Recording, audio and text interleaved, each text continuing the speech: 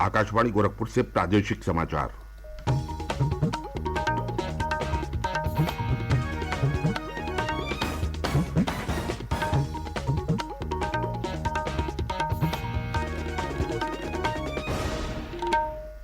नमस्कार। समाचार बुलेटिन के साथ मैं प्रमोद कुमार सिंह। पहले मुख्य समाचार। प्रधानमंत्री नरेंद्र मोदी ने वीडियो कॉन्फ्रेंस के माध्यम से कोलकाता में राष्ट्रीय गंगा परिषद की बैठक में लिया भाग।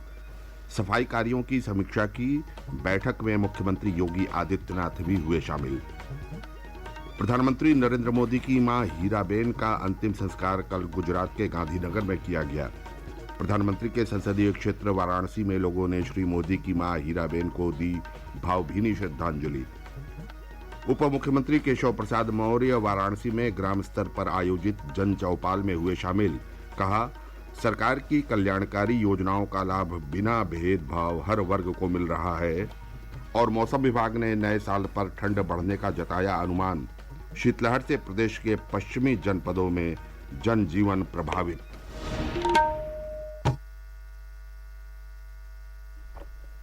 अब समाचार विस्तार से। प्रधानमंत्री नरेंद्र मोदी ने कल वीडियो कॉन्फ्रेंसिंग के माध्यम से कोलकाता में राष्ट्रीय गंगा परिषद की दूसरी बैठक की अध्यक्षता की, जिसमें केंद्रीय जल शक्ति मंत्री, परिषद के पदेन सदस्य, केंद्रीय मंत्रीगण और संबंधित राज्यों के मुख्यमंत्री तथा जनप्रतिनिधि शामिल हुए। बैठक में मुख्यमंत्री योगी आदित्यनाथ भी सम्मिलित हुए। प्रधानमंत्री ने गंगा सफाई कार्यों की समीक्षा की। गंगा की अविरलता बनाए रखने और गंगा को प्रदूषण मुक्त रखने के लिए यह महत्वपूर्ण बैठक रही। इस अवसर पर राष्ट्रीय स्वच्छ गंगा मिशन के तहत प्रधानमंत्री ने 990 करोड़ रुपए लागत की 7 सीवर अवसंरचना परियोजनाओं, 20 सीवर उपचार संयंत्रों और 612 किलोमीटर के सीवर नेटवर्क का उद्घाटन किया। प्रधानमंत्री नरेंद्र मोदी की मां हीराबेन का अंतिम संस्कार कल गुजरात के गांधीनगर के मुक्तिधाम में किया गया। कल तड़के अहमदाबाद के यूएन मेहता अस्पताल में उनका निधन हो गया था। वो 100 वर्ष की थीं। प्रधानमंत्री नरेंद्र मोदी और परिवार के अन्य सदस्यों ने उनका अंतिम संस्कार किया। प्रधानमंत्री ने भावुक संदेश में कहा कि शानदार शताब्दी अब भगवान के चरणों में लीन हो गई है। अंतिम संस्कार में गुजरात के मुख्यमंत्री भूपेंद्र पटेल और अन्य गण्यमान्य लोग शामिल हुए। मुख्यमंत्री योगी आदित्यनाथ ने प्रधानमंत्री नरेंद्र मोदी की मां के निधन पर गहरा शोक व्यक्त किया। श्री योगी ने अपने संदेश में कहा कि एक पुत्र के लिए मां पूरी दुनिया होती है। मां का निधन पुत्र के लिए असहनीय और अपूरणीय क्षति होती है। उन्होंने दिवंगत आत्मा की शांति के लिए ईश्वर से प्रार्थना की। उप मुख्यमंत्री केशव प्रसाद मौर्य और ब्रजेश पाठक के अलावा प्रदेश सरकार के मंत्रियों और भारतीय जनता पार्टी के प्रदेश पदाधिकारियों ने प्रधानमंत्री श्री मोदी की मां के निधन पर गहरा दुख प्रकट किया। समाजवादी पार्टी के अध्यक्ष अखिलेश यादव और बसपा अध्यक्ष मायावती ने भी श्री मोदी की मां के निधन पर गहरा शोक प्रकट किया। वहीं प्रधानमंत्री के संसदीय क्षेत्र वाराणसी में लोगों ने गंगा में दीप दान कर श्री मोदी की मां हीराबेन को श्रद्धांजलि अर्पित की। गंगा घाट पर प्रतिदिन होने वाली आरती में भी कल मंत्रोच्चार नहीं हुआ। आरती के दौरान उपस्थित लोगों ने 2 मिनट मौन रखकर श्री मोदी की मां को श्रद्धांजलि अर्पित की। मुख्यमंत्री योगी आदित्यनाथ ने कहा है कि आकांक्षात्मक विकास खंडों की प्रगति के लिए अनेक अच्छे कार्य हुए हैं और उनमें सकारात्मक परिवर्तन देखने को मिला है। लखनऊ में एक दिन पूर्व मुख्यमंत्री फेलोशिप कार्यक्रम के अंतर्गत 100 आकांक्षात्मक विकास खंडों में तैनात शोधार्थियों के साथ संवाद में श्री योगी ने कहा कि प्रधानमंत्री की मंशा के अनुरूप आकांक्षात्मक जनपदों की तर्ज पर प्रदेश में आकांक्षात्मक विकास खंडों का चयन करते हुए वहां मुख्यमंत्री फेलो की तैनाती की गई।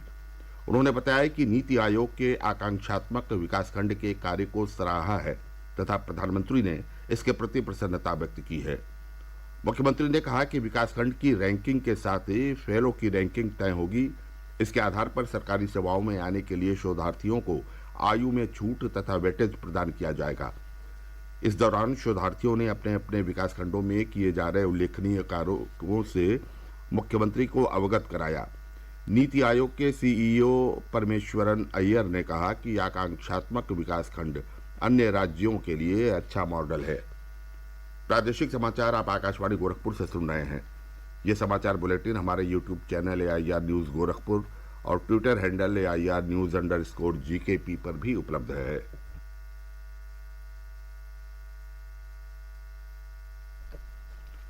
मुख्यमंत्री योगी आदित्यनाथ ने कहा है कि सरकार प्रदेश में जलापूर्ति को लेकर संकल्पित है।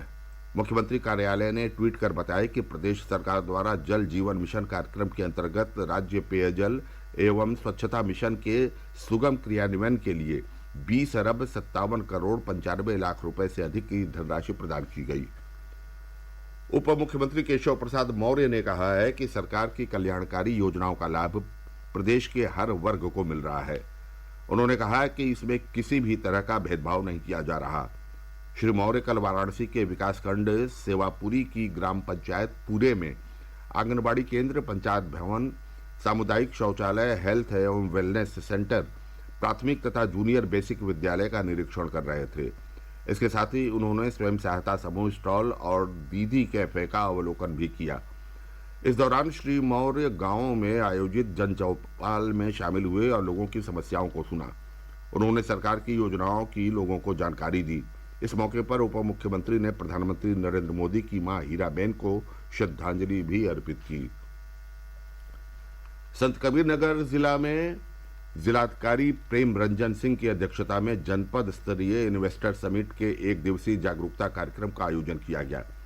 कार्यक्रम में जिलाधिकारी ने उद्यमी संगठनों के पदाधिकारियों और उद्यमियों को संबोधित करते हुए जनपद में अधिक से अधिक निवेश को बढ़ावा देने के संबंध में विस्तृत रूप से चर्चा की। जिलाधिकारी ने जनपद में भूमि बैंक सृजित करने पर बल दिया। इस अवसर पर पुलिस अधीक्षक सोनम कुमार ने जनपद में औद्योगिकीकरण को बढ़ावा देने और अधिक से अधिक पूंजी निवेश आकर्षित करने के उद्देश्य से उद्यमियों को सुरक्षा के प्रति आश्वस्त किया। उपायुक्त उद्योग राजकुमार शर्मा ने इन्वेस्टर्स समिट एवं नई औद्योगिक नीति 2022 के बारे में उद्यमियों को विस्तार से जानकारी दी। उन्होंने बताया कि जनपद में अब तक कुल 14 इकाइयों द्वारा 179 करोड़ के पूंजी निवेश का प्रस्ताव दिया गया है। चंदौली जनपद के मुगलसराय कोतवाली क्षेत्र के एक अस्पताल में कल ऑक्सीजन सिलेंडर फट जाने से 2 लोगों की मृत्यु हो गई।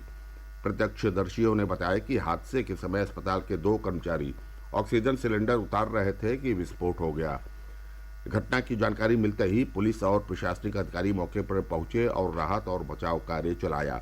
घटनास्थल पर पहुंचे पुलिस अधीक्षक अंकुर कुमार अग्रवाल ने बताया कि हादसे की जांच की जा रही है।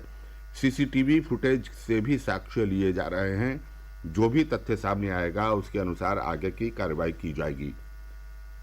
नववर्ष की पूर्व संध्या पर शहरों में उमड़ने वाली भीड़ को देखते हुए संबंधित जिला प्रशासन ने जरूरी दिशा निर्देश जारी किए हैं। गोरखपुर, लखनऊ, प्रयागराज सहित कई जिलों में यातायात व्यवस्था में आंशिक बदलाव किया गया है। लोगों को भीड़ भाड़ वाले इलाकों में जाने से पहले यातायात व्यवस्था की जानकारी लेने को कहा गया है। प्रदेश सरकार के मुख्य सचिव दुर्गा शंकर मिश्र को 1 वर्ष का सेवा विस्तार दिया गया है। 1984 बैच के उत्तर प्रदेश कैडर के IAS अधिकारी श्री मिश्र 1 वर्ष पूर्व केंद्र सरकार से राज्य में मुख्य सचिव के पद पर आए थे। मुख्य सचिव के रूप में उनका 1 वर्ष का कार्यकाल आज समाप्त हो रहा था। प्रदेश में शीतलहरी का प्रकोप जारी है। कई स्थानों पर तापमान में भारी गिरावट दर्ज की गई है। राज्य के विभिन्न जिलों, खासकर पश्चिमी इलाकों में सुबह घना कोहरा छाया रहा, जिसके कारण रेलगाड़ियों और विमानों की आवाजाही पर असर पड़ा है। मौसम विज्ञान विभाग के वरिष्ठ वैज्ञानिक डॉक्टर RK जैनामणि ने कहा कि उत्तर भारत में 1 या 2 जनवरी की रात से कड़ाके की ठंड पड़ने की संभावना है। शाहगंज मऊ रेलखंड के बीच रेलवे लाइन दोहरीकरण काम के चलते 2 जोड़ी पैसेंजर ट्रेन 10 जनवरी तक निरस्त रहेंगी। इसके अलावा कई एक्सप्रेस ट्रेनों के मार्ग में परिवर्तन किया गया है। जौनपुर के स्टेशन अधीक्षक उमेश कुमार ने कहा कि यात्री आजमगढ़, सरायमीर, खुरासन रोड स्टेशन से यात्रा करने से पहले ट्रेनों की स्थिति अवश्य मालूम कर लें।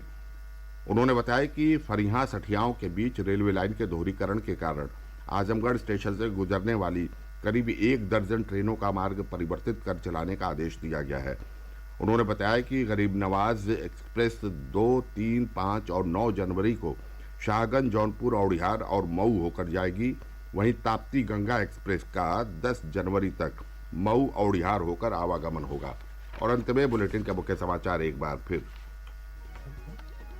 प्रधानमंत्री नरेंद्र मोदी ने वीडियो कॉन्फ्रेंस के माध्यम से कोलकाता में राष्ट्रीय गंगा परिषद की बैठक में लिया भाग।